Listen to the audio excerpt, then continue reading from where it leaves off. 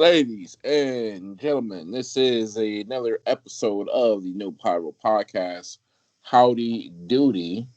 My name is Total Mac, in the building on another consecutive Tuesday with my gentleman here.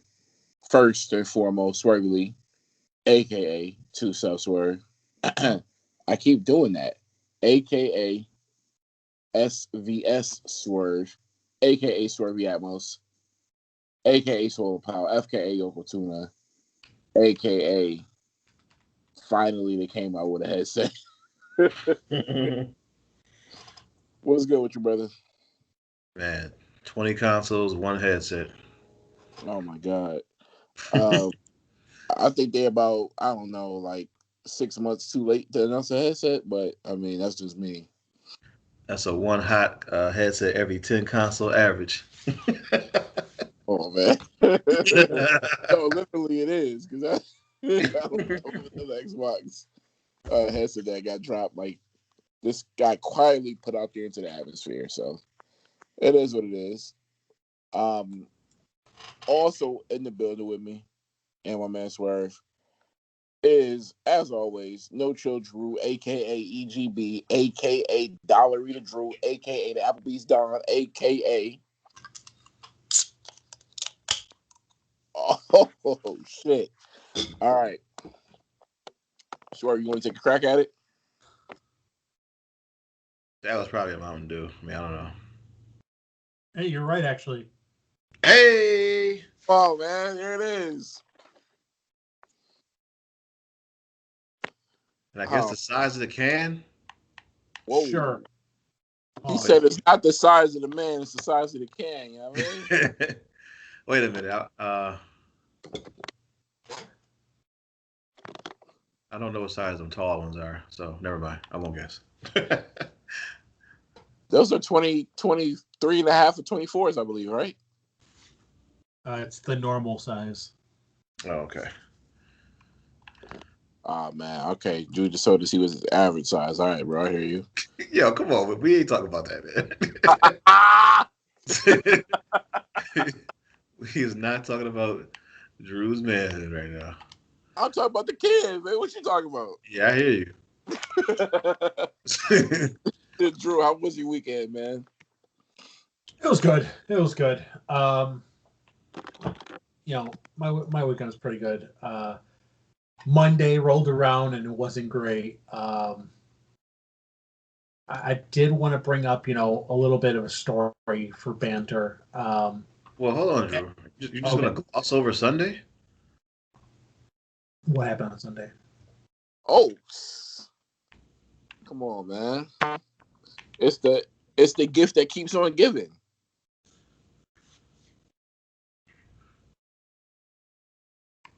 No, nothing. Nothing. Crickets? I have no idea. Help me out. Cricket wireless? Did you go out and get some chocolate? Oh, fuck. Oh, shit. I mean, honestly, we literally just got dinner. That was it. All right, so where'd you Cheesecake go? Factory. That was it. Oh, hold up, stop. Whoa. Wait. A lot to unpack here. Normally, hear me out. I get OG, I get Fridays, I get, the usual run of the mill spots. You gave me cheesecake this time. I wasn't ready for that, Drew. Well, yeah, it's a special occasion. Okay, well, hey. Gotta break out the kind of real food. All right, I hear you. So, did you go or was it takeout? Oh no, I picked up to go home because I showed up, dude. That line was around the fucking building. I'm so glad I ordered ahead of time. I got my food, I got the cheesecake, and I was gone. Smart man. Damn, you did better than me, man. My lady cooked for me. Was it not that good? How is no. Cheesecake Factory better than how you made out? No, it is. It's good. I'm just saying. I normally it's the guy taking the girl out. Oh, Not that anything's wrong with the flip of that, but I'm just saying. What Matt tried to say is he had Sweetest Day early. Nah, man, my sweetest day normally be lit. I didn't get a gift this year.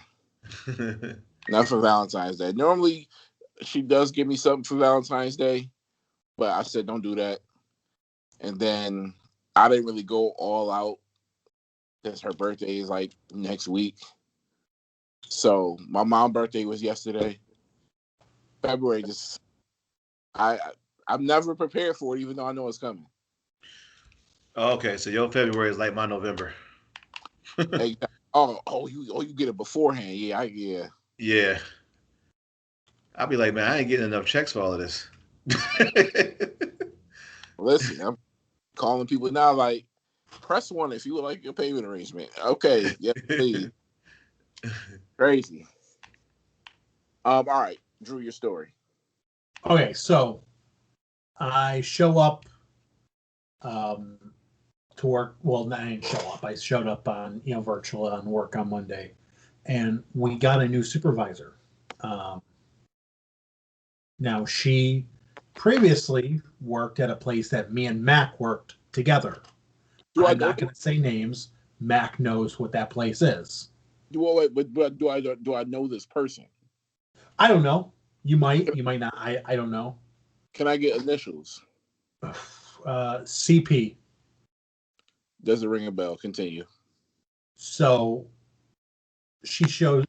She's like, yeah, a little bit about my background. I worked at this place and stuff, and I wanted to bring a little bit of that culture with me. And immediately, I'm just like, yo, keep that shit the fuck out of here. There's a reason why nobody fucking hangs around there. But then, she's talking about how she was shocked that she didn't get a stipend for events because she's used to that place giving a little bit of stipend for pizza parties and shit to keep morale high. So I'm almost getting a little peek behind the curtains, like, oh, so that's why they do that is to try and keep morale high, even though it doesn't fucking work because we're not fucking 6-year-olds. So as I'm hearing this, and I fucking hate that shit, I'm thinking to myself, Uwap just got a job in management at his place. And I'm like, yo, if this motherfucker ever texts me and is like, yeah, I'm planning a pizza party for my staff, I'm hopping in my fucking car, and I hope he's listening to this so he knows ahead of time. I'm hopping my car. I'm driving to his house. I don't care if he's playing with his children.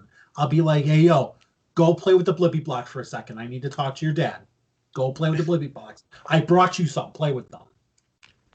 Oh, and then, wow, just the biggest dick punch. Because, man, that shit's bullshit. You're already becoming, quote unquote, the man around there, the power. Don't actually be that and be like, hey, guys, it's pizza party time. Yeah, don't fucking do that shit, okay? Like, hey, guys, we got pizza party. So, don't fucking quit your jobs and jump off the roof or nothing. That's my story. So if you're in management and you're listening to this, folks, your employees don't like fucking pizza parties. Don't do pizza parties.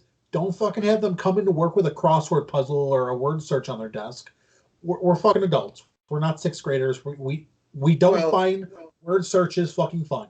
Well, hold on, Drew. Where are they getting the pizza from? What's that? I said, hold on now. Where are they getting the pizza from? It doesn't fucking matter. It. Oh, so first and foremost, they're not getting it from a good place. They never fucking do. They get it from the cheapest place around. Probably Lovejoy Pizza or some shit like that. Waxy fucking cheese. Flavorless fucking sauce. Brown ass fucking pepperoni. That kind of shit. Hold on, Drew. Are they going to chicken work? Oh man, don't fucking get me started on that fucking shit. Oh man. Yo, I found a fucking leaf in my fucking pizza once. Get the fuck out of here. Yo. So I want you guys to know, if you're in management and you're like, oh well, I'm planning something, to boost morale. First and foremost, if you need to boost morale at your workplace, you got to look at yourself. That's probably a you problem. Like your workers don't like working for you. A pizza party's not going to fucking help, okay? It's not going to make things better. It's not going to magically make people go in and go, wow, we're barely getting paid anything at all. I can barely pay my car loan, but I got 2 slices of pizza and 3 wings. Oh boy! Yeah, man. If it's from that place, dude, that crust tastes like you bit into a leather belt. Oh, Yo, I finally saw where it was located over the weekend because I went to a place that was near there, and I which was like, "Yo, place? Chicken talking Pizza about Works or Lovejoy? no, Chicken Pizza Works." Oh man, that place. I used to get that shit all the time when I was younger, just because that was the only pizza place within walking distance. That place fucking sucks. There is no crust. It's just the cheese and the watery ass sauce just falls off the fuck pizza. It's like what explorers thought the Earth was before Christopher Columbus is like, no, that shit's round. Like they just thought the shit just fell off. Yeah, it's. I saw it. It definitely looked like a place where they're doing illegal drug deals in the back, and I'm like, I can't eat anything out of here, not even the air. I don't know if they're doing all. I think they're just making bad pizza, and they're They've surviving been because making of, bad pizza though. They've been making bad pizza. That place has never made good pizza. well, that's what I'm saying. I think they're just surviving because of their location. You know. Oh yeah. Well, that place was a Santora's and they left, so that kind of shows you what the fucking location is. Um, 2 things I want to get off my chest. One's food related. One is not. One is a congratulatory. One, I discovered a new restaurant over the weekend, and shout out to Swerve, who probably put me on what 3 months ago, maybe maybe longer than that. Mm-hmm. I never went until past weekend. I was like, I want a hamburger or a cheeseburger. I haven't had one of those in a while. So I'm like, where do I want to go? I'm like, right, Robin? No. A couple other places I named. I was like, nah, I'm not really feeling them. So decided to go. McDonald's, nah. Yeah. Decided to go to this place called Rock Burger. Drew, are you familiar with this? I'm not. Dude, it's right up your alley. You can. It's very indiscreet. You can do take in or you can do take out, whatever you want to do. Take it.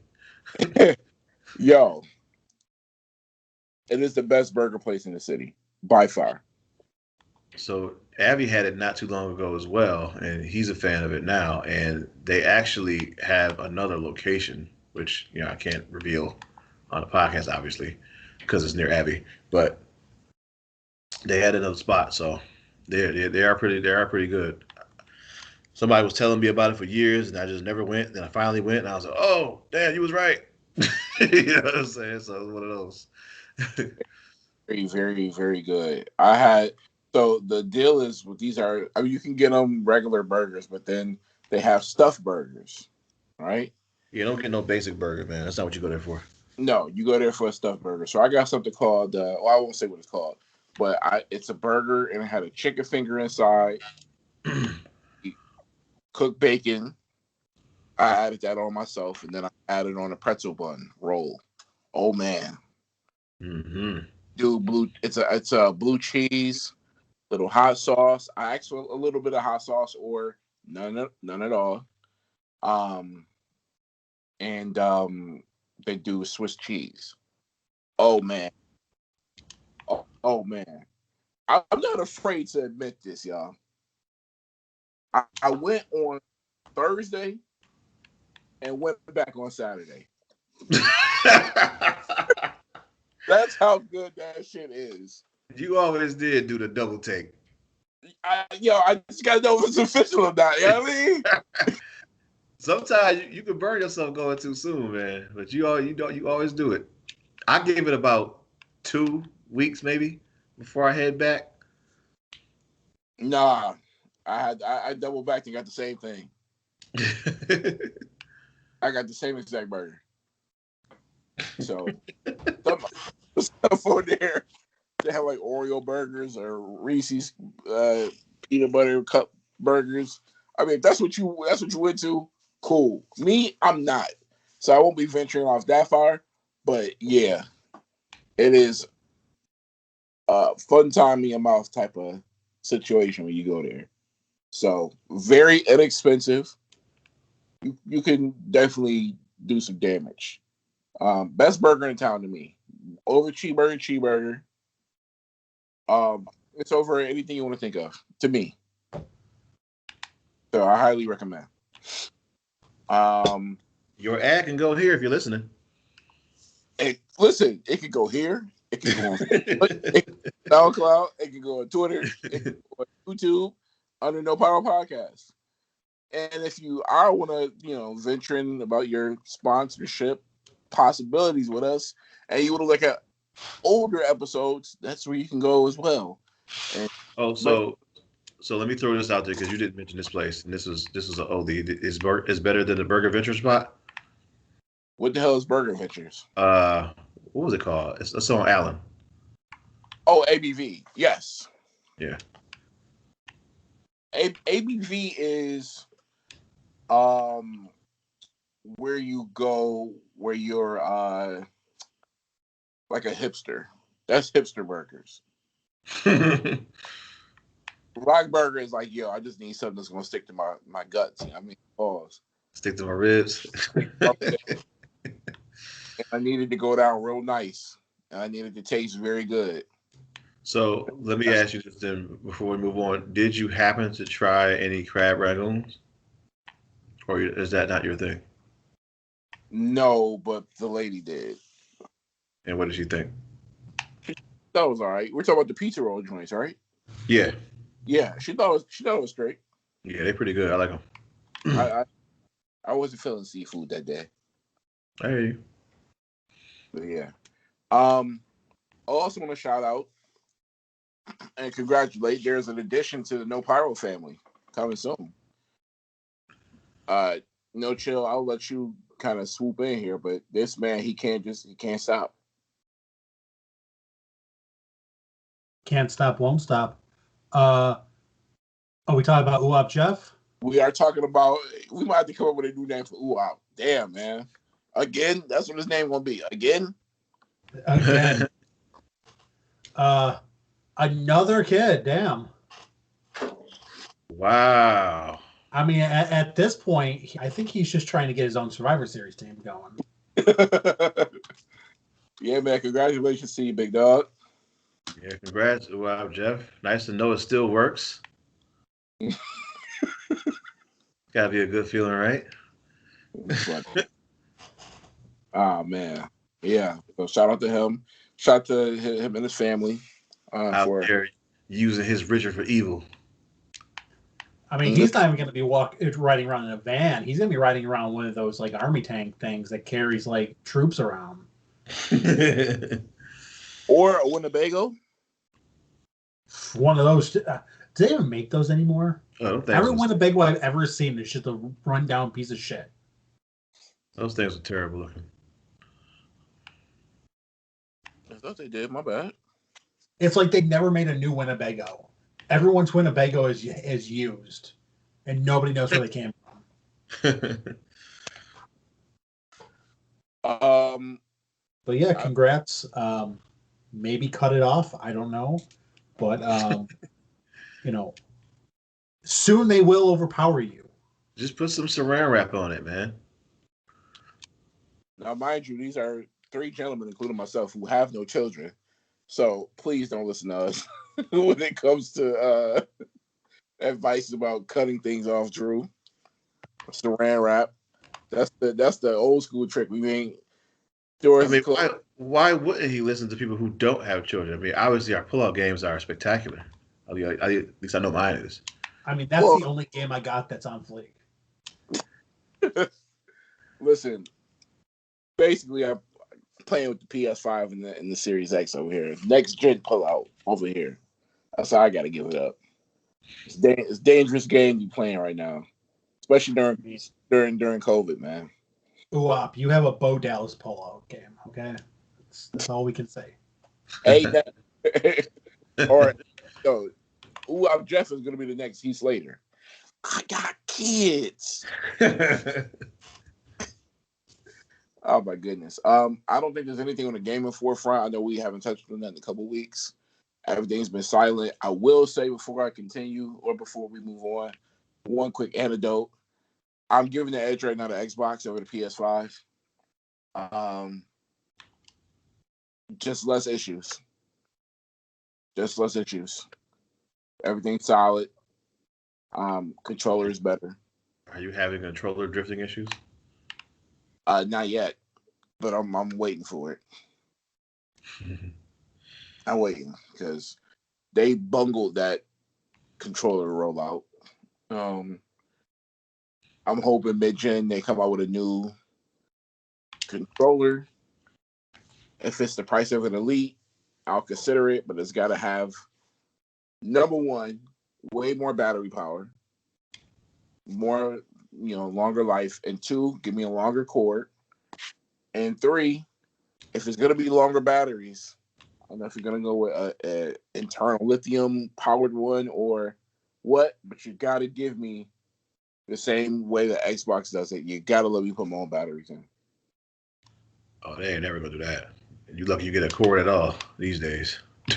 Well, can't you just use your own cord? I mean, that's what I do for my PlayStation 4. I mean, I use my own cord. I don't like mixing.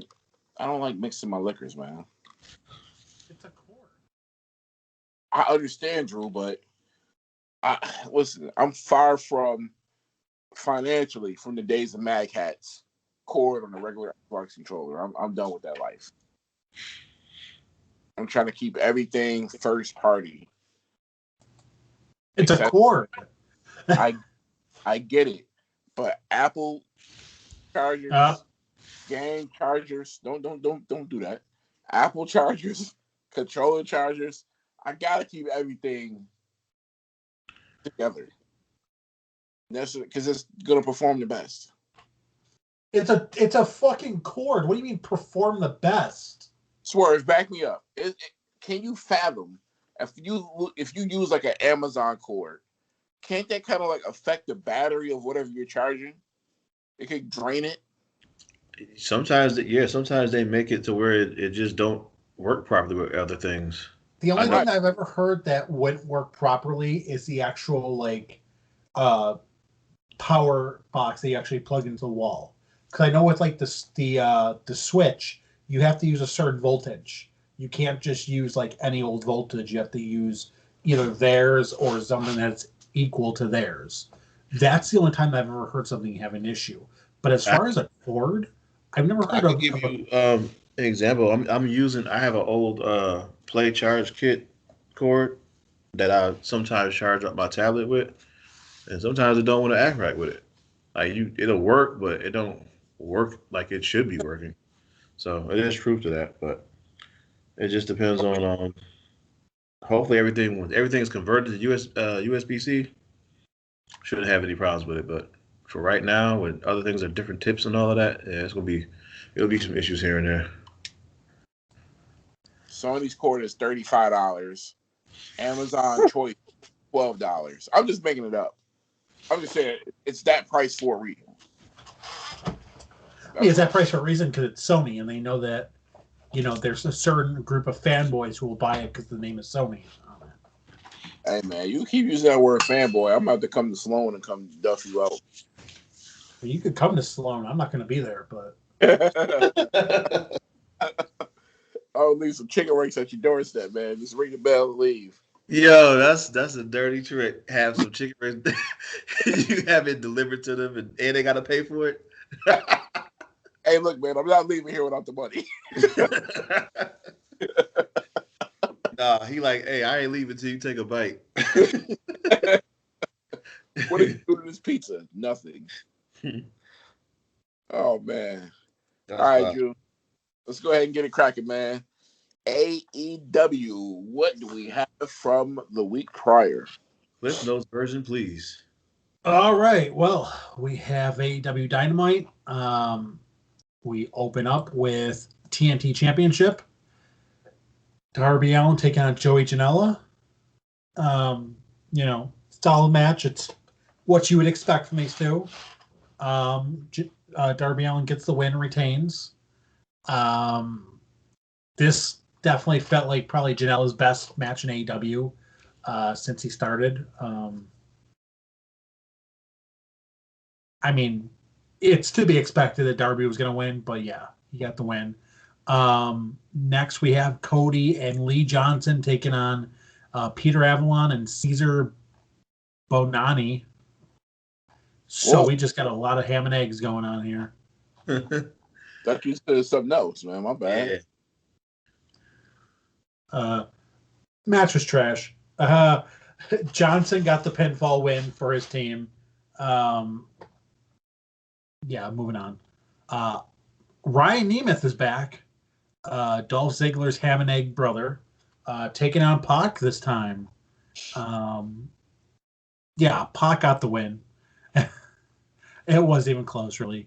Next, we have the what's that? You know what? For when we have a ham and egg match, if you want, you can condense it just by saying, "Hey, Pac was in action tonight." Give him the Benoit treatment. There were two other champions, and one of them name was Chris Jericho. Oh, incredible.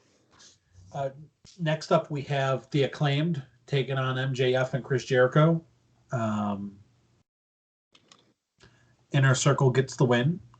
After the match, we find out Sammy Guevara is leaving Inner Circle. So he has quit the group. Looks like this was definitely predictable, seeing as how MJF had been planting the seed since even before he joined. So let's stay here for a second, though. Yeah, I was gonna say that. Do you see this? Is in like a I told you so moment for Sammy Guevara, like to Jericho, like I knew, I'm telling you, he's going to screw you over. You guys are not seeing it, kind of thing, or he's, off on his own, gonna, maybe start to build him up like they're doing with like Jungle Boy or something like that. So I think it's both. I think that it's going to be "I told you so" moment, but it's also a babyface turn. So by the time that they realize it, Sammy's not going to have anything to do with the group. He's going to be like, "Nah, I told you so. You don't want to listen. I'm doing my own thing now."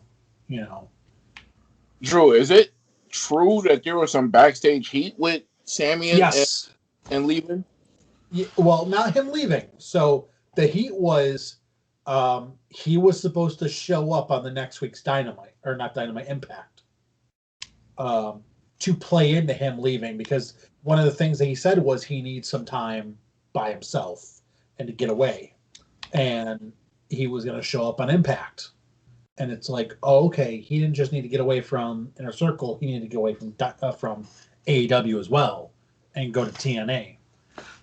However, what happened was, Sammy was supposed to arrive at the airport earlier in the day. He texted saying, "Hey, listen, my flight might be running short or late. Can I arrive closer to showtime?" No problem. Showtime? Okay. Yeah. And then what would happen is he would start texting both Impact and Tony Khan and be like, "Well, hey, what if we change this about the story?" Or, "Hey, what if we do this?" Or, "Hey, what if we do that?" And he kept on just like trying to change the story so much. And, they're like, "Sammy, listen, we have everything right now. We have, the plans in place. Just show up to TV and we'll work from there." Okay, I really don't want to do that. Can we maybe, change it to this? And eventually Impact just went, "You know what? Fuck it. We're going to write you off TV from our angle. We'll replace it. And, you don't have to bother showing up to Impact." The heat was Tony Khan's concern that he may have just like fucked the whole Impact AEW deal by him just being an idiot and not just fucking showing up and doing his job. That was not the case. Impact didn't really have, any heat with AEW. It was mainly just like, why won't this guy fucking do business? So it remains to be seen if it was Sammy legitimately wanting to change it to maybe do his own thing, or if Sammy just didn't want to work in Impact, and it's like, maybe if I just be difficult, I won't have to show up. Took that approach. I think it's going to be interesting to see if other people take that approach, because now with New Japan getting in the fold too, you're going to see guys being asked to go to Japan on like a short notice. There's probably going to be guys who are like, man, I don't want to fucking just fly off to Japan. Fuck that. And you might see guys maybe just go, I'm going to be difficult just to get out of this. Right. I mean, do you think that's something that could happen because they are AEW, being AEW is trying to be in bed with literally everybody. So AEW is trying to be in bed as far as the owners go. As far as the wrestlers, at that point, it's, hey, I'm on a guaranteed contract. I don't give a fuck who you're trying to be in bed with. I'm under a guaranteed contract. If I don't go to Japan, I'm not going to go to Japan. And I think that they might be realizing an issue that WWE has been going through for a long time, which is, and especially WCW in the later years, once you sign a guy to a guaranteed contract, the guy has no incentive to try that extra mile, especially if you tell him, listen, we work every Wednesday and then one Saturday every 3 months. If that's what you're telling him in the contract, that he's working, that there's no house shows, once you start adding dates as far as as far as Impacts, as far as New Japan, you tend to see the pushback from people going, well, hang on now. My guarantee contract says that I only work this many days, and now you're asking me to do extra. And I mean, even if you are going to be paying me extra, right? I only signed up for this many days. I don't have any ambition of doing more. And that was a big problem that they saw in WCW when they brought Thunder into the fold. Is you had guys who were told you'd be working X amount of days, maybe like 2 house shows a month, and then you brought this new TV show, and guys are like, "Whoa, I only signed up for Nitros and a couple house shows. I'm not doing this fucking third show." Sir, you about to say something, bro? No. Oh, crap, You brought up Thunder, though. Maybe think of that terrible video game. Oh. Yeah, I mean, it's sticky with the Sammy situation. I don't know what that means. And this is why I also wanted to stay here, what that means for him going forward and whatever new role he's going to be adapting to. If he's going to be the guy that's going to turn face and maybe take on MJF or somebody else from the inner circle, I don't know. But it's dangerous times.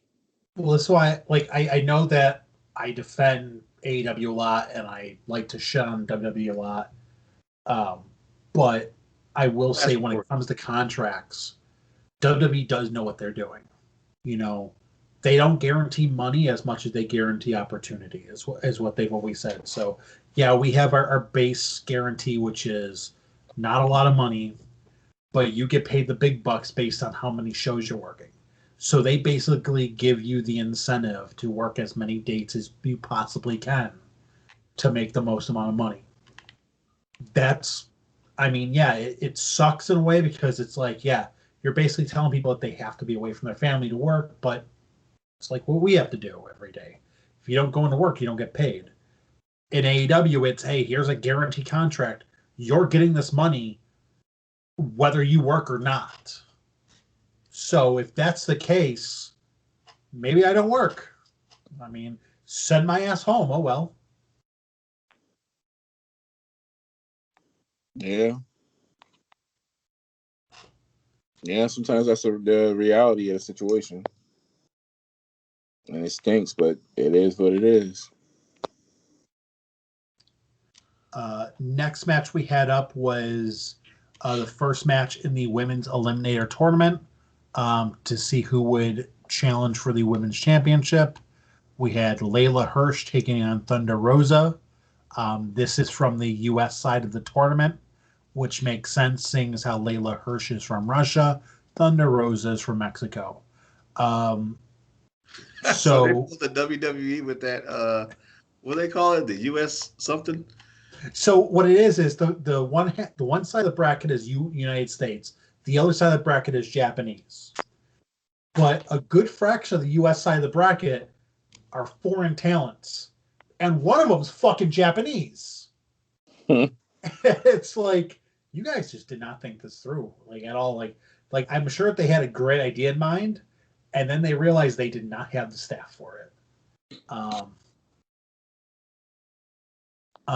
But Thunder Rosa did get the win, so she advances in the tournament. Solid match. That was an opener. We go to the main event, which is Kenta and Kenny Omega taking on Jon Moxley and Lance Archer. Falls Count Anywhere match. Solid match. Ended with Omega hitting the V trigger and the One Winged Angel and Lance Archer getting the pin. That way, realistically, Lance Archer's the guy who could take the pin. His stock's already fallen pretty hard, so what's one more loss? Right now, Jon Moxley is kind of like at that impasse where he's basically feuding with both guys.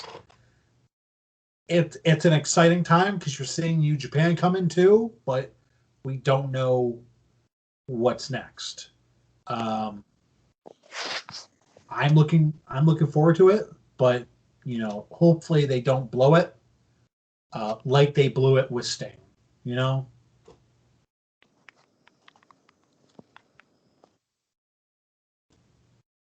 Well, I don't know, man. It's tough to say how things are going to pan out. I don't know if they intended for Sting to actually get in the ring. Because at first, when we talked about it when he came in, we said that he wouldn't be participating at all. He would just be somebody on the side. Now he's actually going to be an in-ring competitor at the tender age of 60, whatever he is.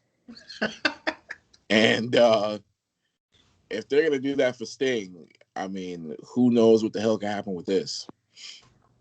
For God's sakes, man, he's still green. Wait, who's still green?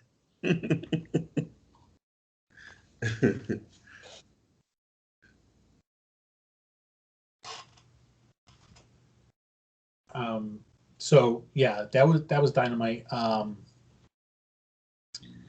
Did we have anything for Raw or SmackDown?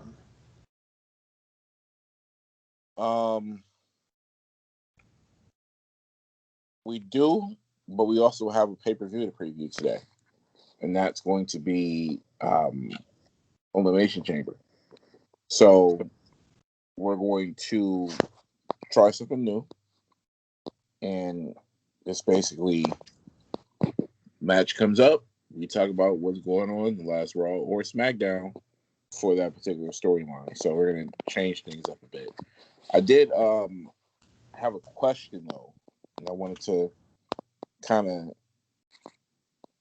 talk about what happened on SmackDown, even though we're going to switch things up. This is concerning Seth Rollins because I don't think he's on the card at all for Elimination Chamber, unless I'm wrong. He came back on Friday.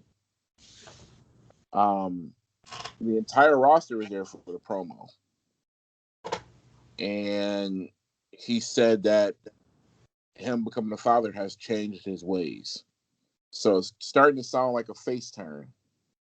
But then the entire roster started walking away when he said he's a great leader. The only person who stayed out there, though, was Cesaro. So Cesaro was kind of buying into what he was saying. And then all of a sudden, Cesaro's knee got clipped as Seth Rollins walked up the ramp, or walked down to the ramp again. They've been building up Cesaro. I don't know if this means to make him look good against Seth. But what do you guys make of Seth Rollins' return and how his impact could have on SmackDown going forward with the Tribal Chief being on SmackDown as well? I don't know if that's going to have any bearing on it. I think that he's going to be stuck in a feud with Cesaro and Daniel Bryan a little bit. I do think that he's going to find a way to interfere in one of the matches, either the Elimination Chamber match or if Cesaro or Daniel Bryan win it, he's going to end up interfering with that match. But I don't think that he's going to be silent during the pay-per-view. Yeah, I'm kind of with Drew on this one. I feel like while he will be kind of doing, like a mid kind of feud or whatever, it won't be that long because, I would say after WrestleMania, things will probably pick up for him. Yeah.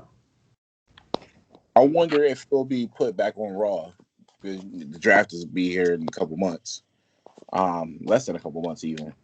So I don't know if this is starting something new with Seth. I would hope backstage and in the growth position they're saying, "Hey, got $1 million ticket here with Seth and Roman, even after Mania," because there's no way that Edge, you think he's going to fight Roman, will beat Roman for the championship at Mania. So he's got to do something after that. Roman and Seth could bring big ticket, especially Money in the Bank. They love that pay-per-view so much. And like I said, maybe a year and a half ago on here, that's becoming one of their top 4 pay-per-views along with Rumble, Mania, and SummerSlam. So I can't see Seth and Roman feuding just because of the fact that they're both heels to the point where they're both so far apart. I can't see them putting on a good story together. They'll have a great match, but I can't see them putting on a good story together because Seth is still kind of in that cult storyline, and Roman's doing the whole tribal chief thing. I mean, the only story that I can see them, putting on is that each one want to be a leader of their own faction. But it doesn't make sense. It's like, okay, then just do your own fucking factions. Like, I don't see how the story would actually work out between those two. I mean, you can turn face within a matter of a few days. So that's not the big issue for me. It's just that the writers in the back knowing that they have that kind of power. I don't know if they recognize that. They should.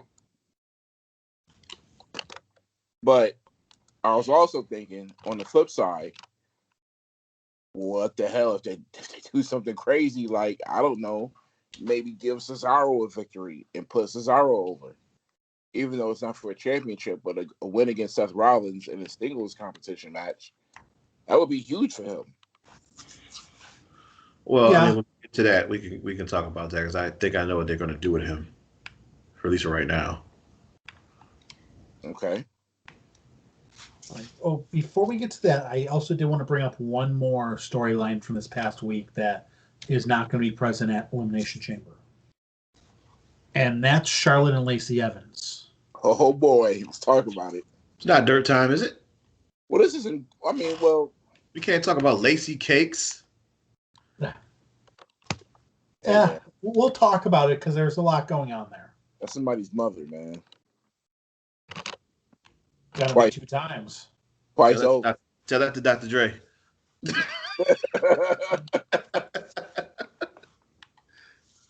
So, Uwap and Ric Flair have something in common going on right now. Because Lacey Evans comes out and drops that bombshell that she is due. Who did it better, though? Lacey or what's that chick name? Maria? Was it Maria? Maria Menounos? The one when they got she had the husband that was being cucked all around. Oh yeah, no, that was Maria. Oh yeah, you're talking about yeah. That's a shame. I said cucked. You guys instantly knew what I was talking about. So this is not just storyline purposes. Lacey went and got herself pregnant. She's having a real baby? Yeah. Like a shoot baby? Yeah. Yes. Yeah, no, there's not a gimmick inside of her. Well, I mean, we could call it a gimmick if you like. Okay, so Drew, since we're talking about it now, let me go ahead and just throw Abby's question out there, if you don't All mind, right. because he sent me one. Abby wants to know: does Lacey give birth to a hand or a leg, or the 24/7 championship? Drew, I think that let what me. she does is she actually gives birth to our truth, who sneaks up and rolls up the doctor for the 24/7 championship. Well, I was gonna say, Drew, if she births another wrestler, to keep it in the family, and she's green, she's real fresh in the ring. And let's say she's fighting, I don't know, Natty or something, and Natty's calling the matches. What type of moves are we gonna hear Lacey Evans Jr. announce in the ring? Leg kick, roll up, leg drop. So guys, did she ruin her push? I don't Well, I think. mean, Vince doesn't like injury-prone wrestlers. This is pretty much a blown ACL. She's got a blown vagina. Yeah, you're out for a year. Yeah. Especially when you're in a storyline like this. But I want to tell you what I think will take the swerve on this. Okay, so Lacey's pregnant. They decide to do a wedding angle with her and Ric Flair. Now, if there's a wedding inside of a wrestling ring, you have to have something new, something old, something blue, something shenanigans. Here's the shenanigans. Lacey Evans, during her vows, says, Rick, I got a paternity test. I'm so happy to say the name of the baby is Flair. And everyone's like, oh. And she's like, but I want you to know the first name's not Rick. Oh! The first name's David. Wow. And David Flair makes a comeback to wrestling. With the crowbar in hand. With the rubber crowbar. In the vest? And we get the feud literally only one person on earth has been asking for since 2002. That's this guy, Rick and David Flair. Let's make it happen. That would be something if they did that. I wonder what David Flair looks like nowadays.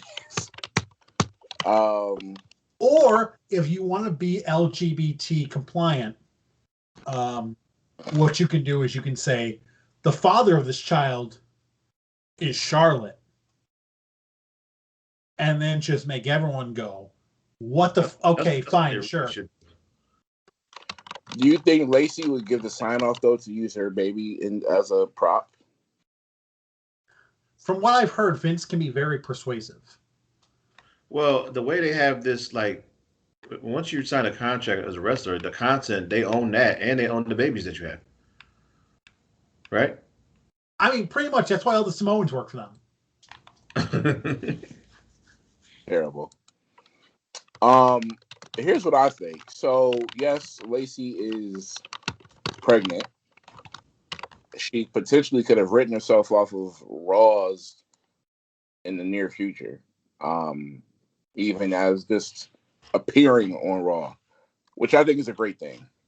You take Flair off of TV because no one wants it. You take Lacey out of the situation she's in with Charlotte. No one wants it. You finally move Charlotte somewhere else. She's a chameleon. You don't have to ask yourself where do you put her. You just put her somewhere, and she will work. This is going to mess something up, though. Charlotte's going to be inserted somewhere she doesn't belong because of this. The Bianca Belair. Yeah, they're gonna screw something up. I mean, honestly, bro, I wouldn't be mad if it was a triple threat match. Give me a finish at Elimination Chamber where it's Charlotte and Bianca both with their hand on each other's torso, and you have to count them both the victor. Set up the triple threat match, but still give Bianca the win at Mania, if you're not gonna keep it on Sasha. Don't give it to Charlotte. Because I think you'll get a real good match. Have you not learned your lesson from women's triple threat matches? I mean, you're part of the problem. We got new competitors. Oh, okay.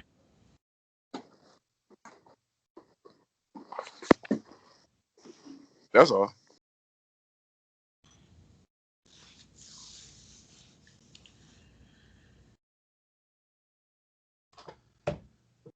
Well, I don't want to see a women's triple threat match, especially like at a place like WrestleMania, because we've seen it a million times, and it seems to get worse every fucking time that they do it.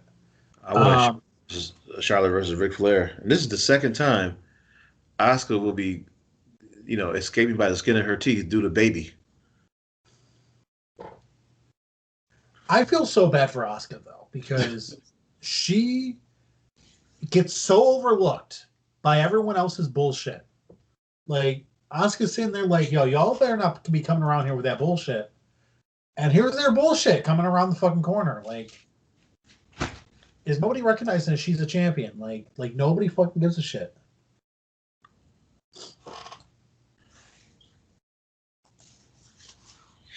Yeah.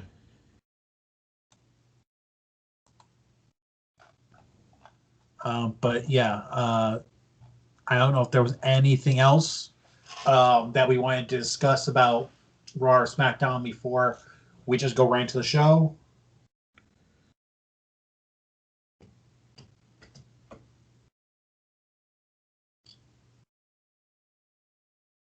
No, we're good. We can get to some dirt.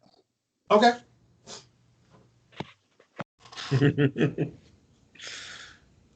Damn, son, where'd you find this? Okay. So we discussed what was happening with Lacey Evans. We discussed Sammy.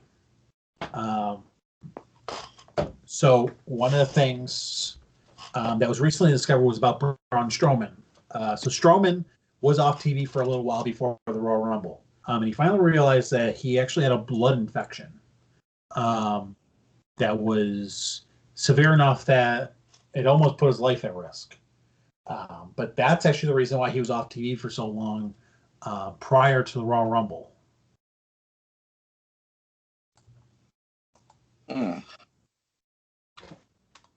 And another piece of dirt that we have is there was a meeting that took place throughout the WWE this past week with several different parts of the WWE having their own separate meetings. Whether it be executives, whether it be, ring crew, staff, talent, wrestlers, stuff like that. But all the meetings were pretty much the exact same. All raises, promotions, and bonuses for the upcoming year are suspended indefinitely. So anyone who is expecting pay-per-view bonuses, raises because they had worked there for a while, promotions behind the scenes, all of that is on hold. Damn. Now I know what you're wondering. What's the impact on morale? Well, to say it went down like a fucking rock is an understatement. Morale is at an all-time low across the entire company, and a lot of people are pissed off because the people who should have been delivering these messages, people like Vince or Bruce Pritchard or people like that, kind of just passed the buck on to talent relations and executives who are pretty new to the company, just because it's like, fuck it, put the heat on them. Damn, so John Laurinaitis is out here delivering news? Hey guys, I just wanted to say that I know we're going through COVID right now. I know it's a tough time, and pay-per-view buys are up, but it's not going to be up, your bank accounts, guys. So I'll tell you what is up. I saw Vince coming out of the bathroom, and he was looking quite glistening. It looks like he popped on a real steamer. he came back from Taco Bell. He got the Chalupa Grand Supreme, and I'll tell you something. Ooh, I was up all day. But no, guys, seriously, you're not getting paid. Sorry, guys. So here's the problem with the morale. If you guys hop in our vault, hop in our archives, and go back maybe, let's say, 2 or 3 episodes ago, we dropped the news that WWE got $1 billion fucking from NBC Universal. Yeah. So they made $1 billion fucking and said, "Hey, guess who's not getting a piece of this money? All of you." Yeah, that's gotta stink. I want to hop into on some dirt. That's in relation to that because they are just grabbing any kind of money that's out there with no one's name on it, and they rightfully should go to the superstars, but they're like, no, it's coming to us. Their whole reasoning that they're saying that the reasoning for it is because the stock prices went down a little bit. That's their reasoning. They made $1 billion fucking. The stock dropped a couple points, so we have to cut bonuses and raises and promotions for everyone in the company. Well, that's why are they just being glad-handed like that? Vince just got enough money to buy a pro hockey team in cash, but we don't have the money to give you guys bonuses.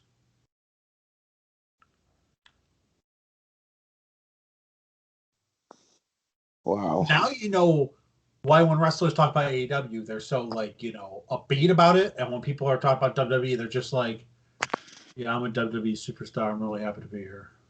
It's like blink twice if you need help. Incredible. So WWE version, huh? Seriously. So I wanted to hop in here too. So in regard to money, WWE, they're adding a new wrinkle to a rule that they created. They're handing out violations, quote unquote, to talent for social media posts that mention any third-party business, person, brand, or charity. So these violations, quote unquote, will start with the warning before proceeding to fines and or suspensions. WWE is citing a clause in talent contracts which grants them exclusive use of the signees' likenesses to claim ownership of talent Twitter and Instagram accounts.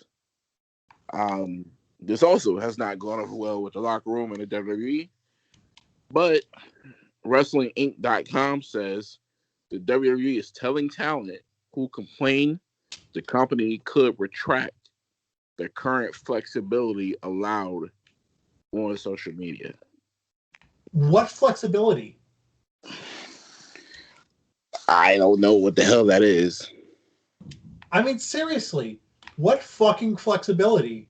Is this kind of like in Saudi Arabia when the women who have to wear like the full on fucking garb are walking around? It's like, hey, seriously, if you don't appreciate this, I'll take back my flexibility. And no eye holes.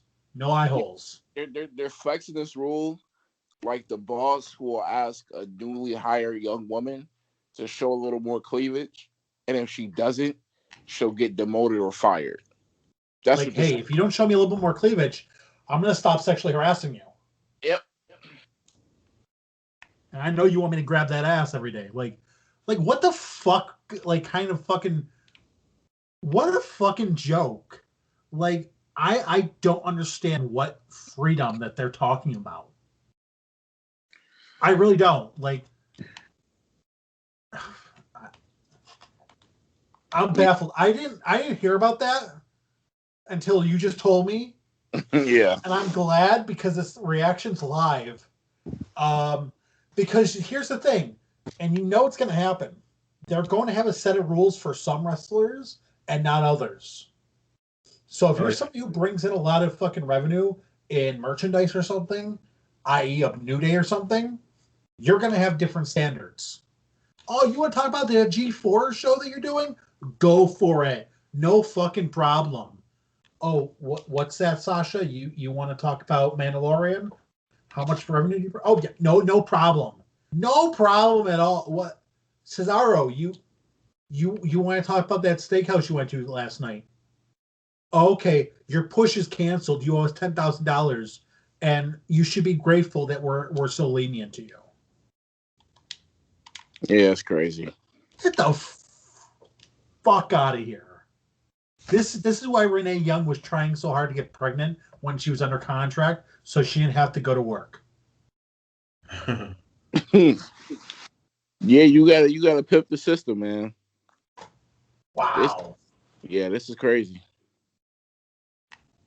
Like, these motherfuckers, the next thing is that they're literally just going to be like, sports entertainer, that seems a little bit too hard for people to say. So the talent, we're just going to refer you guys as slaves. Is that okay? Is that okay? Yeah, okay. No payouts at all. You live here. You live on the plane. You live in the performance center. So if I don't like your significant other, you have to divorce them. Like, what the fuck? Like, I don't get how a company who gets around every fucking little thing of, well, you're not an employee, you're a professional contractor, so we don't have to give you health insurance and stuff like that, can then turn around and go, well, no, we can dictate what you put on social media. So here's some more explanation. So this is from Dave Meltzer. So he says, quote, the new policy, which they say is not dissimilar to policies they have had for the past several months, is that talent banned from monetizing their Twitter and Instagram by working with third parties. The company had already had this policy with Twitch, Cameo, and other social media channels, but had not specifically included Twitch and Instagram. So they're banning Twitter and Instagram. So essentially, it's indentured servitude. It's literally sitting there saying, we are going to make sure that there is no possible way for you to make any kind of income outside of us. Well, you get all your income from right here. Out, Drew. You still there? Am I still there? Yeah. Can you hear me? Swerve, can you hear us? I hear you now. Okay. So what they're saying is it's indentured servitude. It's literally sitting there saying the only income that you're getting is income from right here in WWE. You're not allowed to get any kind of income anywhere else. You want to monetize your Instagram? Yeah, no, that's not happening. Oh, you want to put YouTube videos online of like your family and like stuff like that and try to like monetize it? Yeah, no, that's not happening. I sincerely believe that the worst fucking people in WWE are not the McMahons. They're the wrestlers at the top who prevent everyone else from starting a union. Because they're not getting fucked over. Roman's not getting fucked. Becky Lynch, Sasha Banks, Randy Orton, those guys aren't getting fucked. It's the Cesaros, it's the Sheamuses, it's the AJ Styles, Well, hold on there, fella. I don't know if Sheamus is in that category. I doubt he's making big money. It's the Baron Corbins. It's the people who are trying to make some money elsewhere on top of what they were making in WWE because they can't make their money in WWE because they don't fucking travel. They don't work the dates that they normally do. They're only making their base salary, which is probably not enough to pay their mortgage and car payments because they were used to getting paid a certain amount. So they're trying to supplement that income, and they keep getting shut down literally every fucking opportunity.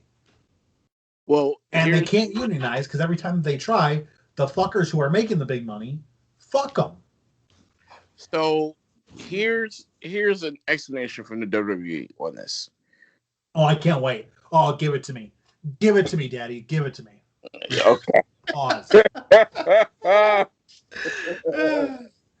Let let's go to the next piece of data. Quote, much like Disney and Warner Brothers. Oh, here we fucking go. Yeah, Disney and Warner Brothers has fucking unions. WWE creates, promotes, and invests in its intellectual property, i.e., the stage names of performers like The Fiend Bray Wyatt, Roman Reigns, Big E, and Braun Strowman. It is the control and exploitation of these characters that allows WWE to drive revenue, which in turn enables the company to compensate performers at the highest levels in the sports entertainment industry. God.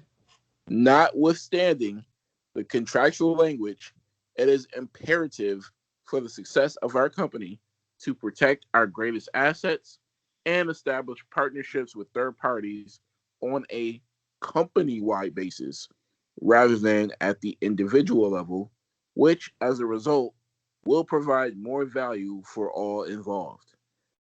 So the long and short of it is WWE is running on Fridays, and Tammy over here gets $2 in tips, and she works 10 hours a day, whereas Isabella gets about $150 in tips. She's pulling a 4-hour shift. But guess what, Isabella? You're not getting that full 150. You got to split that between you and 6 other servers who work here. You know what? This really pissed me off because it's like, okay, we pay them at the highest fucking percentage. Okay, but you just had a meeting where you told them, yeah, hey, by the way, we're not giving you bonuses for pay-per-view bonuses anymore because we don't do the pay-per-views. It's all through NBC. So bonuses are out the window. Raises are out the window. You can't supplement your income. You can't get paid the way that we structured in your contract because we're not traveling. And if you try to supplement that, we're going to fucking stonewall you because we're the same as Disney. You're not Disney, you motherfuckers.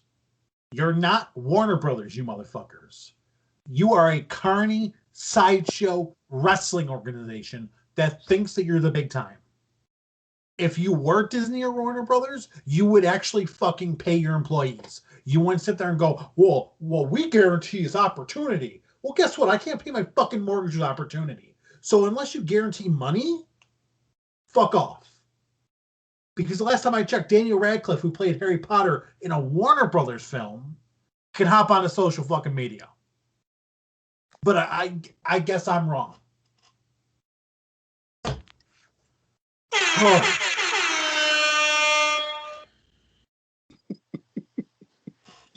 Then again, I mean, you look at what happened with Gina Carano, and I mean, I guess I'm not that far off with the Disney part. Man. Are you guys clean yet? Drew the best, man. Very upset.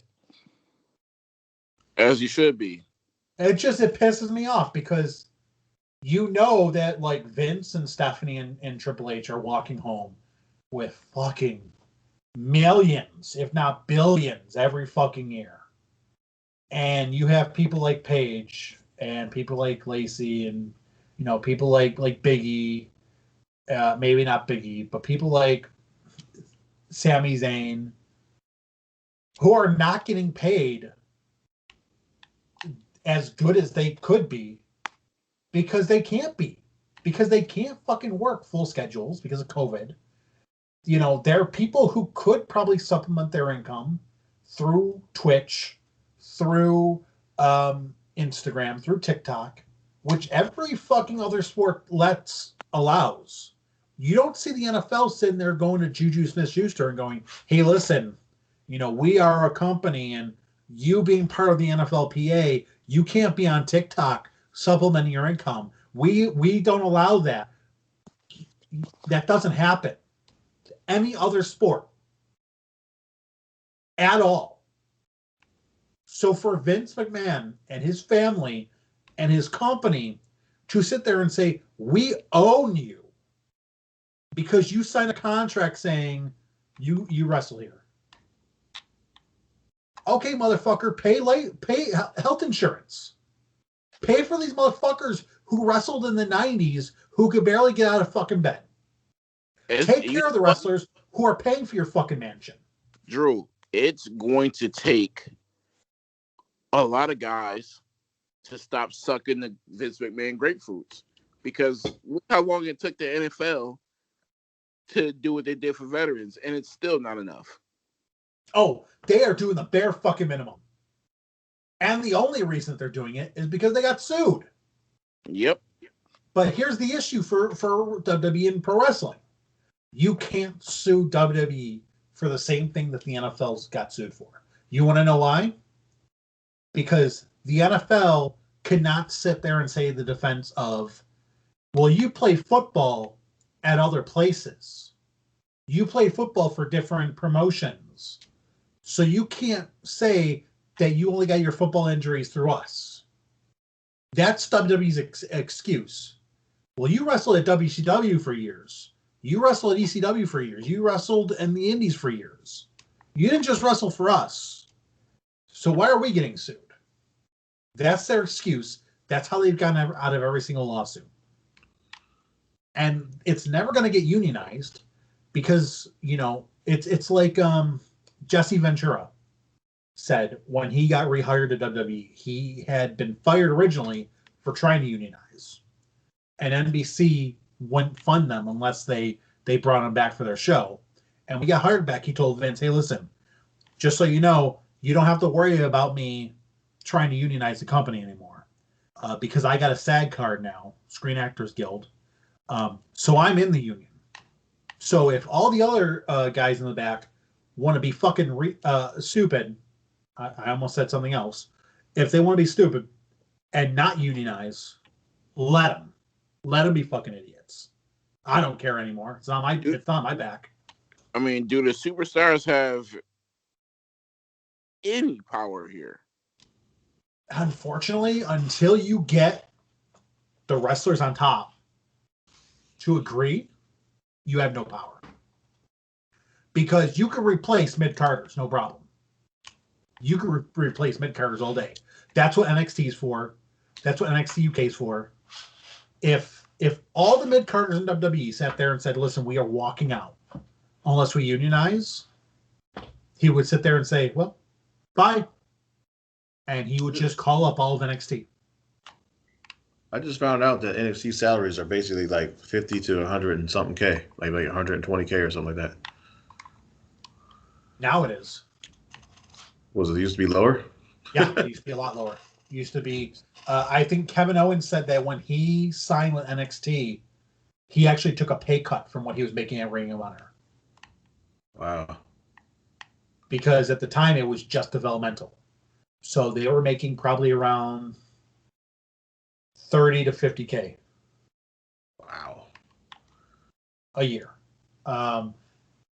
Because, like I said, it's developmental, and it's the whole thing is you should be striving to get onto the main card to get that paycheck. But now that they are sending people from the main card over there and pretending that it is its own brand, you kind of have to pay them as such.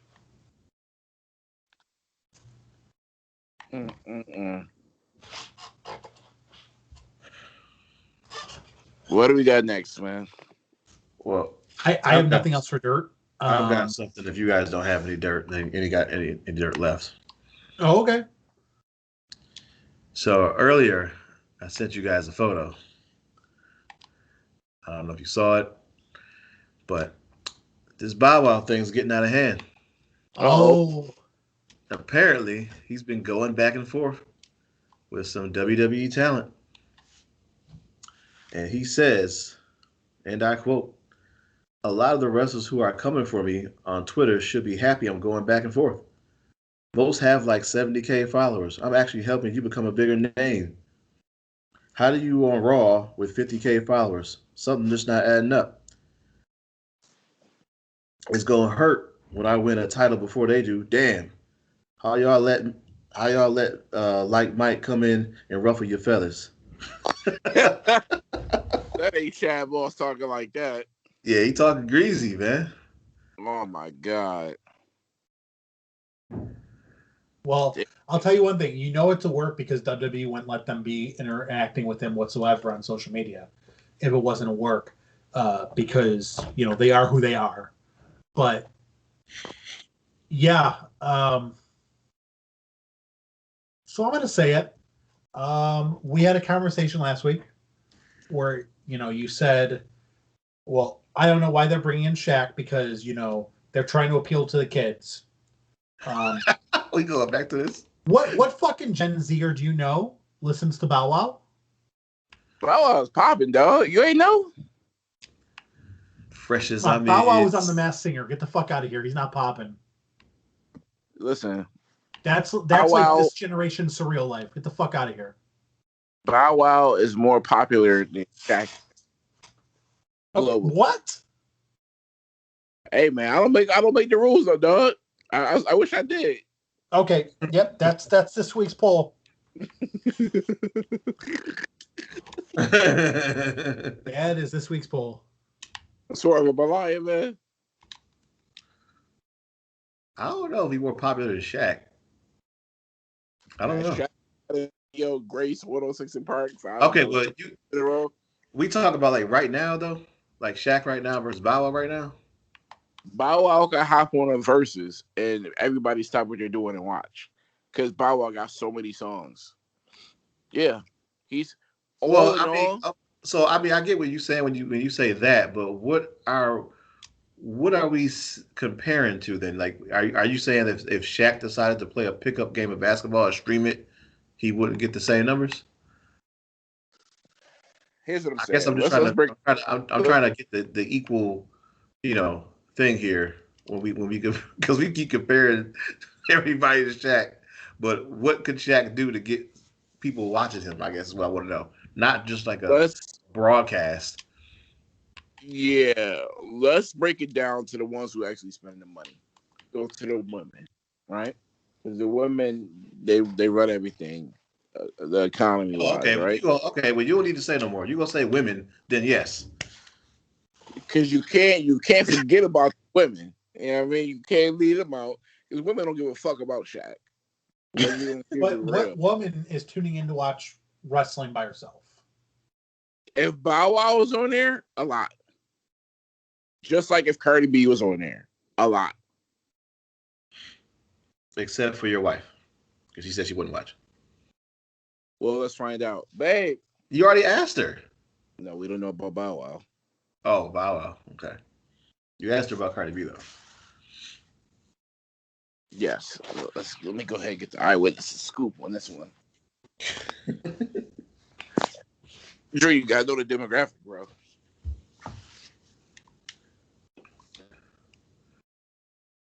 If AEW got Bow Wow, then they would tune in.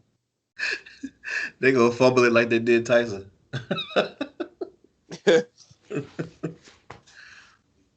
Okay, baby's in the shower. All right. You lucky. But yeah, man. I mean, he's not as popular as you would think he is. Maybe to me, I care about Shaq more than Bow Wow, yeah. But no. Shaq is he wishes that he could be on that same level as far as notoriety. Well, I'm Shaq. Also, I wish I was Bow Wow, though. But also, it's corny. Let me tell you something, Cody, brother. This is Shaq Diesel, a.k.a. Shaquille O'Neal, a.k.a. Sheriff Shaq, a.k.a. Twism. I'm going to ruin you.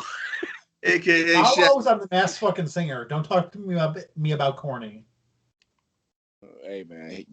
Somebody got to get the checks, man. Shaq right here talking like this for free. Hey, when you got the money, you don't worry about the checks.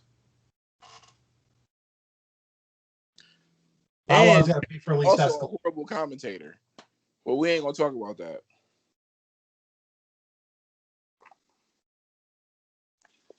That's all I got to say about that.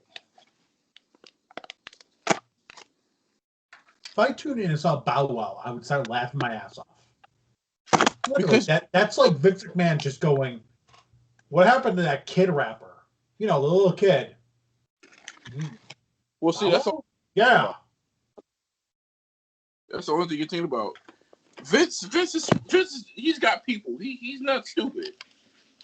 He's got people who knows who's hot on the street and who's not. Because my mom could go, did you hear about Lil Bow Wow being on wrestling? No one would say that about Shaq. Because he's done it already. I don't know about that. He has, bro.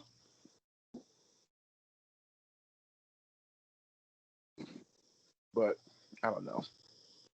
You let me know what the poll says. But people care more about Bow Wow than Shaq. Then we're gonna have the ultimate face off, Bow Wow versus Bad Bunny. It's inevitable. Hey. For the 24/7 championship? That's probably the title he was talking about winning. No, he did win. Bad Bunny did win that shit.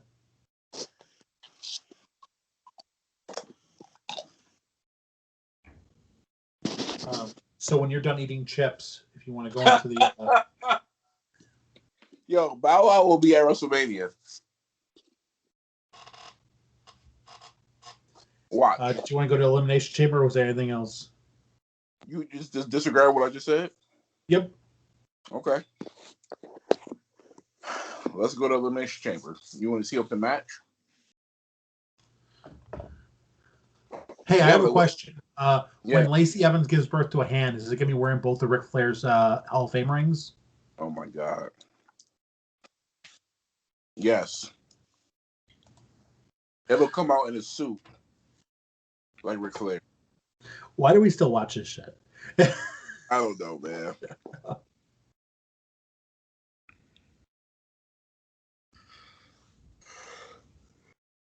All right. So we got 5 matches so far in the docket. Did you want me to start it off? Yeah, go ahead. Yeah. Yeah, go ahead. So we start off with the Raw Elimination Chamber match for the WWE Championship. So it's Drew McIntyre defending against AJ, Jeff Hardy, Randy Orton, Sheamus, and Kofi Kingston. Wait, wasn't Jeff Hardy? I thought Jeff Hardy was on SmackDown. No, I think I moved over to Raw. Okay. And then Kofi took Miz's spot. Okay. Yeah, there were some major changes. So last night, Kofi beat Miz, and then Sheamus won a gauntlet match to become the last entrant. Where he beat McIntyre fair and square. What you say? He beat him fair and square. Did you watch it? He hit him with a bro kick, bro. What do you want? Okay, that's fair and square to you? All right. In wrestling, you know nothing fair and square in wrestling, though. Why'd you say that word then? Hey, man, distraction, protraction.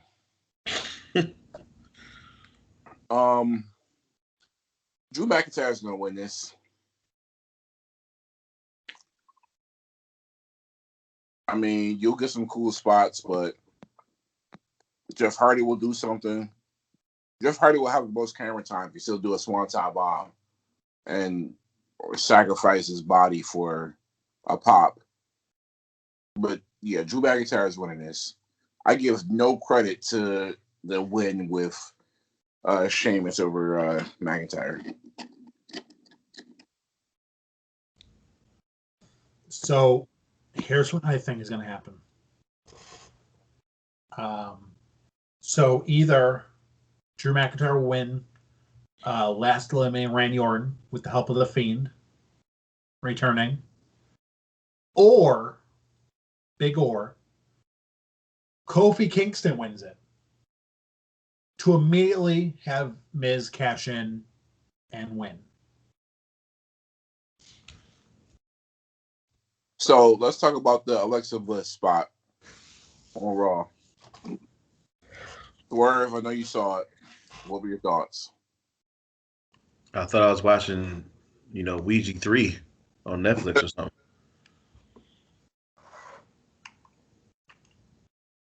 I don't think that Fiend is whatever he's going to be is re-debuting at one of these B pay-per-views. I think he's going to just come back at WrestleMania. I would assume that he would come back at a big pay-per-view so that they could put him on WrestleMania. I think that his first match back will be at WrestleMania, but they got to have him come back before that. I mean, you would hope, but right now Alexa Bliss is just running the show, and they seem perfectly happy with that. I think he's coming back, though. I mean, I think he's coming back. At Elimination Chamber, I don't know. Maybe. It's just going to be her distracting him again. I mean, she doesn't have a title match, nothing going on. Like, it all points to her. This is a pay-per-view that not many people are even going to watch, so I don't think they're going to waste it here, but, I could be wrong.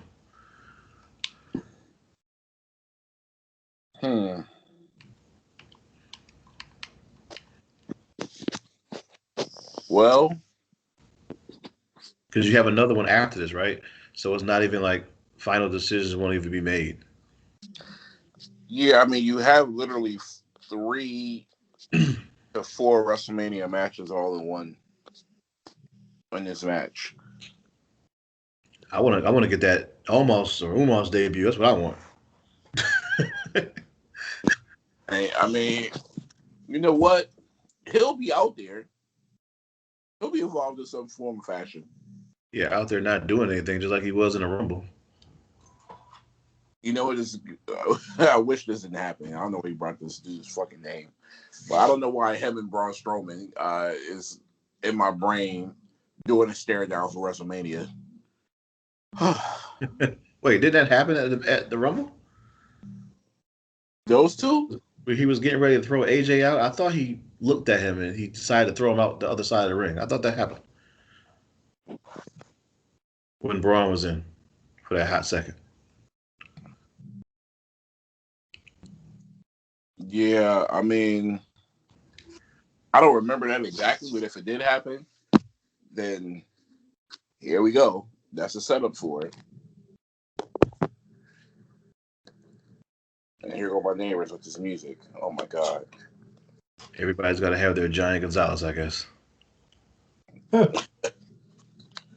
Should that even be a thing, though? Nah, it shouldn't. It might be. All right. Who do you have winning this match, Swerve? Drew McIntyre, of course. Randy Orton to be the last to be gone due to Alexa Bliss interference. Or, Alexa Bliss taking over all of the tablets in the audience. You know, but to bring out something, too, why are wrestlers, when after they do a certain move, they are talking to the crowd as if the crowd will respond to them? So stupid. I mean, it's all fucking monitors. Some habits you just can't break, That's what I was going to charge you to, but I'm like, come on, man. You're talking to a LED screen. Right, I guess. What do we got next, Drew? Next, we got Asuka taking on To Be Determined for the Raw Women's Championship. I wonder who that TBD was supposed to be. It's who I think it is. I'm going to bet on To Be Determined. Flair? Yeah. She's had a good run. I don't think she's going to drop it here. Not yet. Not yet. Yeah, I do see Charlotte being. No, you know what? No. I think it's going to be Nia. I'm not necessarily picking the person, but I'm willing to bet Asuka's going to lose her title. Really? Yes. No, not here. You guys keep saying that, but she also is not hardly in any storyline, and she's the champ.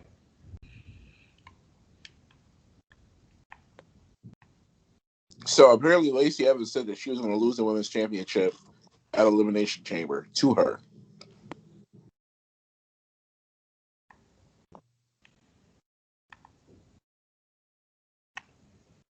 Even Well, though, she would have had to have won it in order to fight Charlotte. If they were going to go through with that, whatever they were doing before she got pregnant.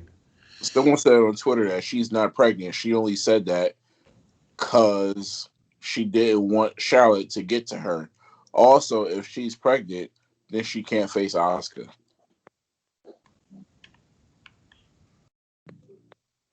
I think she really is having a second kid. She already got one. Yeah, I don't know who they will line up to take on Asuka. I don't think it'll be Charlotte. I just don't know who. Peyton Royce, maybe? If it's somebody like her, then obviously they're not. She's not going to win. But I can see that match being on the pre-show. I'm still gonna say Nia Jax, but Asuka will get the win. she's got business with Naomi and Lana. Don't matter. WWE loves their cooks in the kitchen, especially when they're pushing this whole business. Yeah.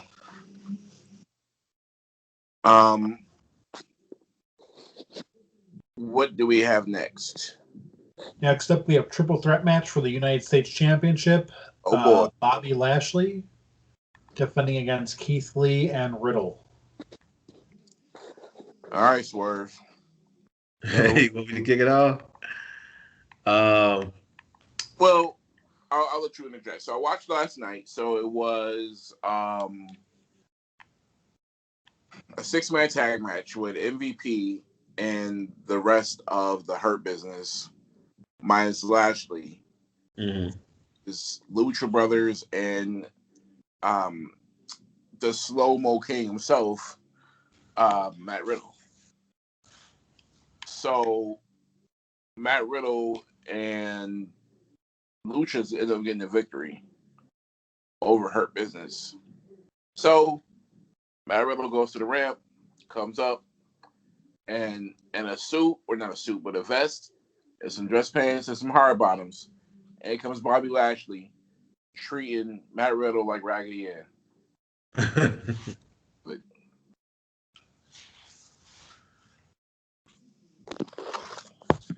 loved every minute. Go ahead, bro. Yeah, so they gave Riddle a W here, but I don't think he's winning the championship. It's going to be Keith Lee. Bobby Lashley's been looking great all this time. Way too dominant over Matt Riddle. So I don't think he's going to pull it out here and any kind of Cinderella story or nothing like that. But I think it'll be Keith Lee that takes the championship. But he'll be probably pinning Matt Riddle. And Bobby Lashley will get out of this safely and go on to bigger and better things. That was going to be my prediction. That was going to be it right there, because I said Drew's making it out of here champion, and then we're going to get Drew versus Lashley, because I think Lashley's going to drop the U.S. championship, but then it'll be Lashley and McIntyre at WrestleMania for the championship. That's what I feel is going to happen. Yeah, I think we're all in agreement that Keith Lee is probably going to get the win, pinning Riddle for this. I actually think Riddle's going to get the victory. Oh, my bad. Really? Yeah. It'll be Lee. Wow. Yeah. You know what? I don't think they're in love with Keith Lee right now. From the talks of demotion to the music changing. They don't really know what to do with him. I think he's. To the engagement with Mia Yim, you're just not feeling. I think he's too big of a wrestler to be U.S. champion. I don't see him winning the belt. Riddle, Big in size. big in size. I don't think that belt was meant for the Braun Strowmans, the Matt or the Keith Lee. Bobby Lashley has the belt right now. Yeah, but Keith Lee is bigger than Bobby Lashley, bro. You might want to get an eye test. He's not. He's not. Is he not taller than him either? I don't think so. Let me pull up the heights. Well, he's definitely wider than him. I mean, I get that part, but I don't know. I don't think that has anything to do with it. He can be U.S. champ, especially with that redesigned belt. Anyway, I think Bobby Lashley's taller. Lashley's taller than him. Lashley 6'3", Keith Lee 6'2". Wow. Yeah, I just think Riddle is the guy that they want to put over next. I don't think it's Lee. But they're putting him over the way they put over Lana. It's not working. I still think they want to give him a shot at the championship. See what he does with it. Yeah, they might, but I don't think it's coming here. If not where, if not here, where? If not now, when? He can take it from Keith Lee later somehow, perhaps, but I just don't think it's here. But hey, I love to see how they can pull it off. If that's what you truly believe. Because who put Keith Lee through a table? Was that Lashley? Probably last week, when he came out and attacked both of them. I want to say when they had that match, they had that triple one-on-one match against the two of them, and that's when it became a triple threat. I think that's when he did it. He did manhandle Keith Lee a little bit. Lashley might win. I don't know. Because he gave him a mean one of them old school Farouk one-handed what you call them? Spine busters. Yeah, one of them joints. He gave him one of them joints and to Keith Lee no less. So yeah, I don't know, but I'm still sticking with my story. I think Keith Lee will win it and Lashley will drop it via not get. Before we move on, we're only saying he's winning because Lashley's moving on to greater. Yeah. Yeah. Because he looks too dominant. Like if he wasn't doing that, he looks too dominant to lose it. But it's a triple threat match, and you know how these matches are made. So let me kind of forecast things to April. Let's just say Bobby Lashley loses and goes on the Mania and fight McIntyre. I mean, are we saying McIntyre to lose the belt? What are we saying?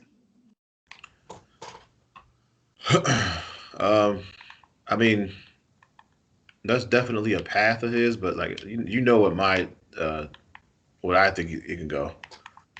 I don't think that it'll be McIntyre, but I don't know who else.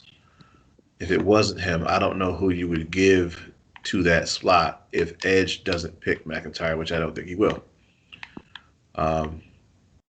Who have they been secretly building up on Raw whose name is not, Edge, and you can't count Sheamus because I don't think that's going to go 2 months. So, but they've been doing a hell of a job with Lashley, so I can see why you would think that. If they don't have Brock on the phone, then I'd agree with you.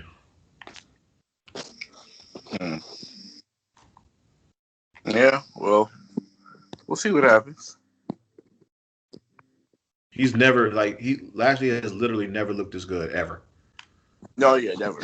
I'm talking about in any. I watch TNA programming of his and nothing. I agree.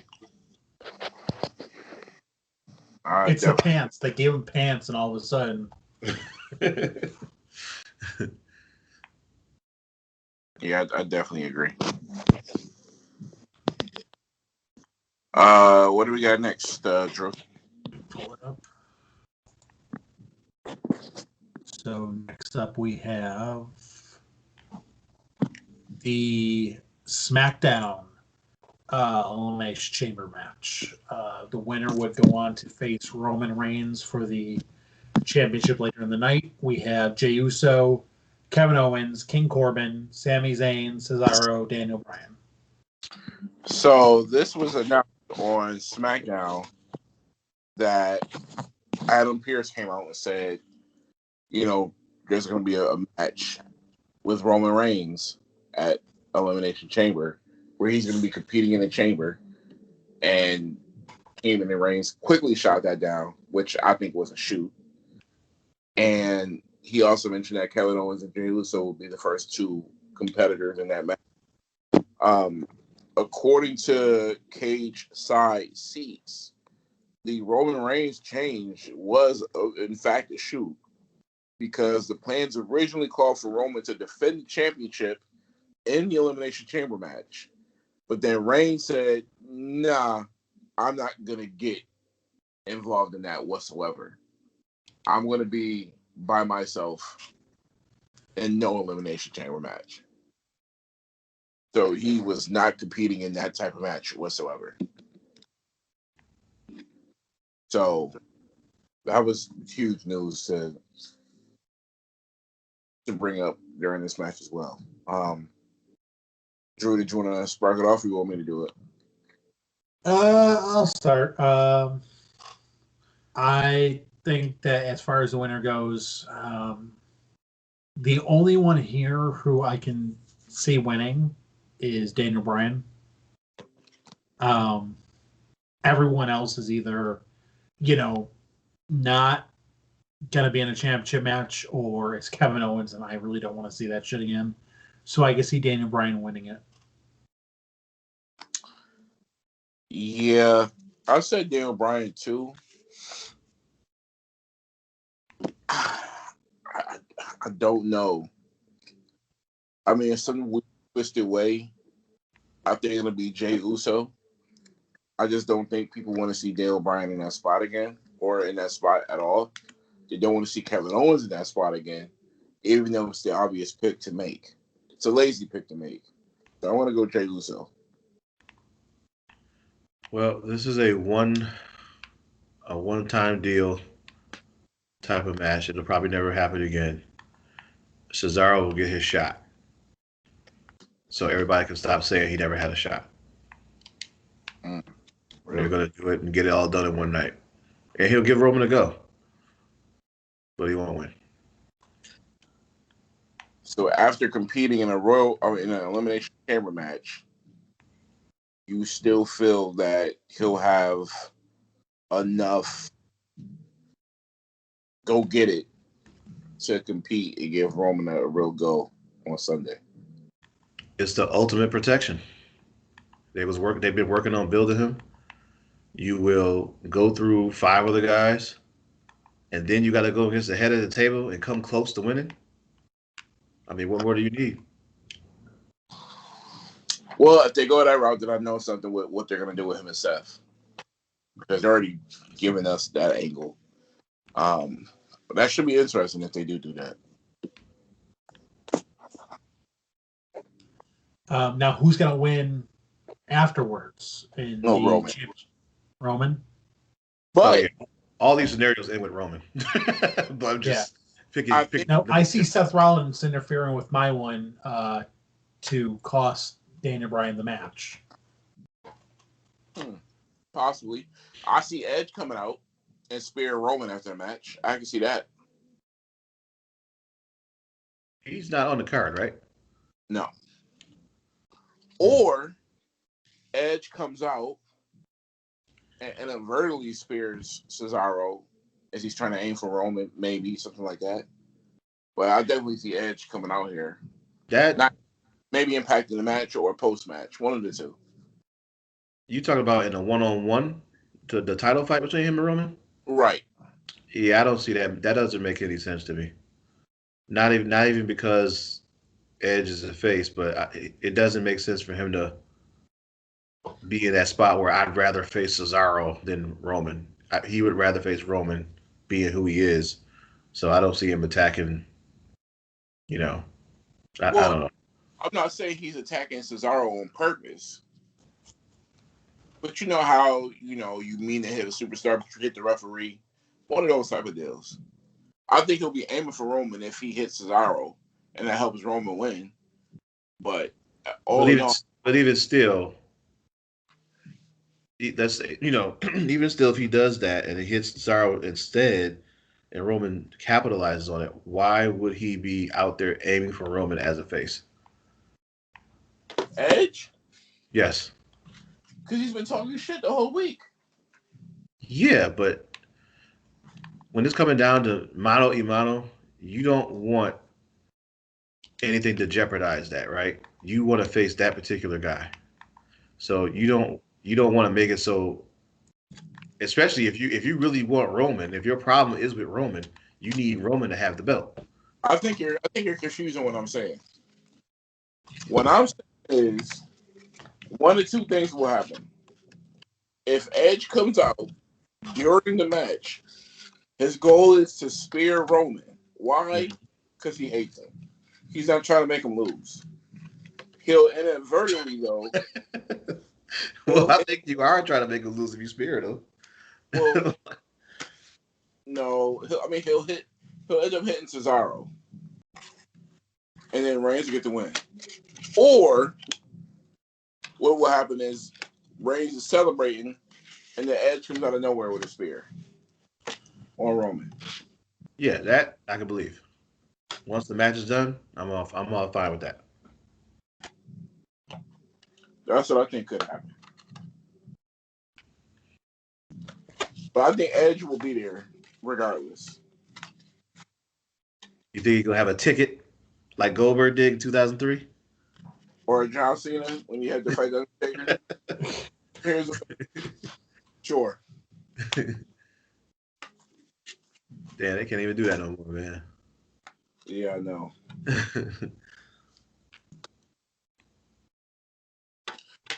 Anyone know where Carlito is? So where's I don't think he signed a contract yet.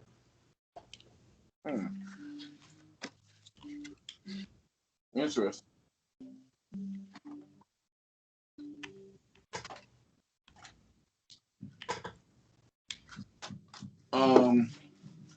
That's it for the pay-per-view, correct?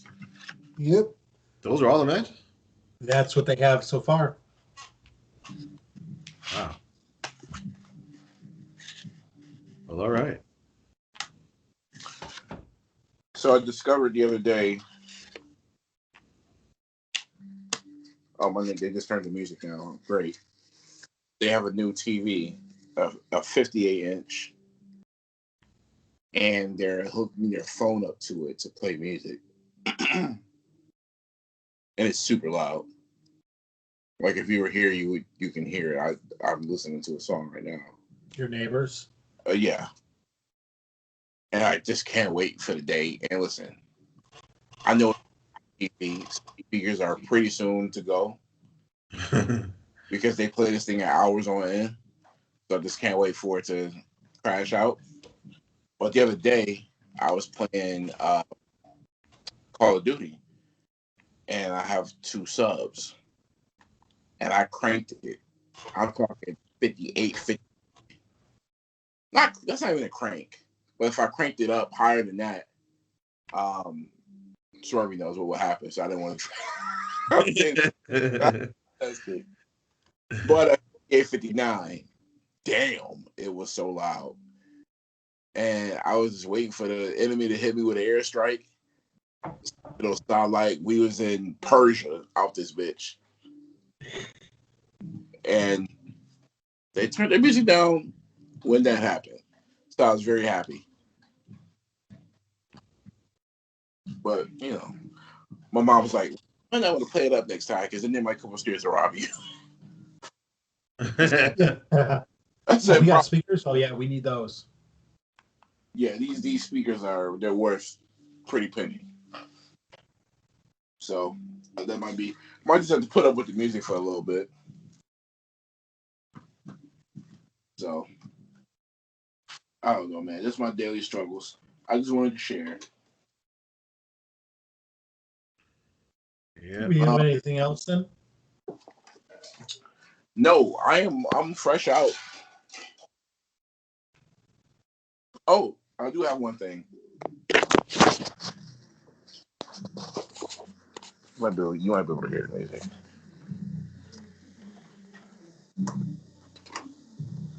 Hey, babe.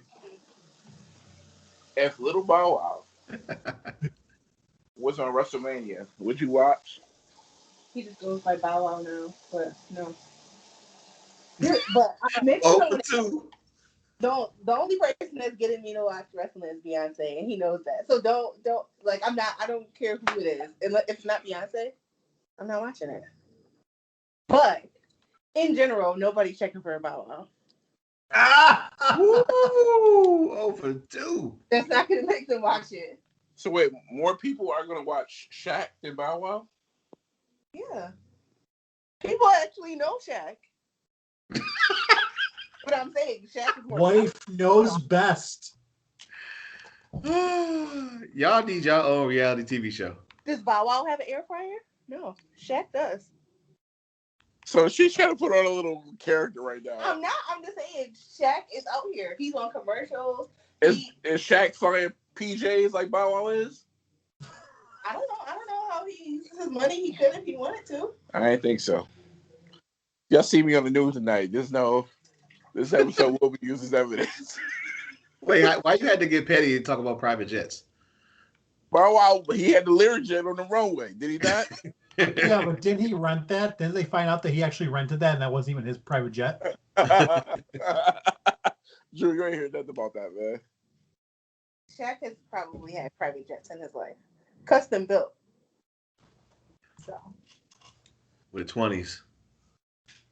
Right. And I bet you the plane was insured by the General Insurance. Oh, well. I'll live to see another day.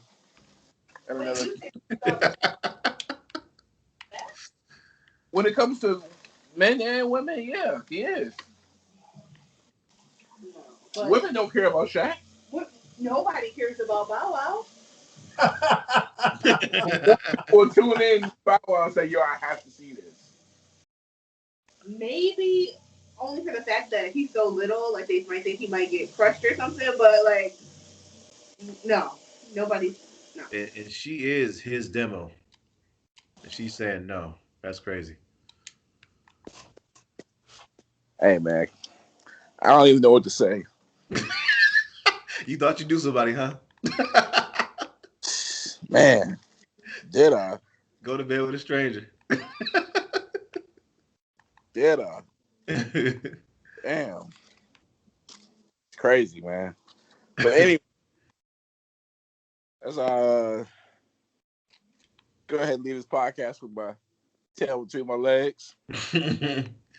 My name is Total Mac. Swerve Lee is here too. And last but not least, No Chill Drew. We are signing off as a No Pyro podcast. Enjoy the pay-per-view. Please stay safe wherever you are weather-wise. Stock up on your perishables. And stay warm. Non-perishables. Non-perishables, right. Non-perishables. Besides that, deuces.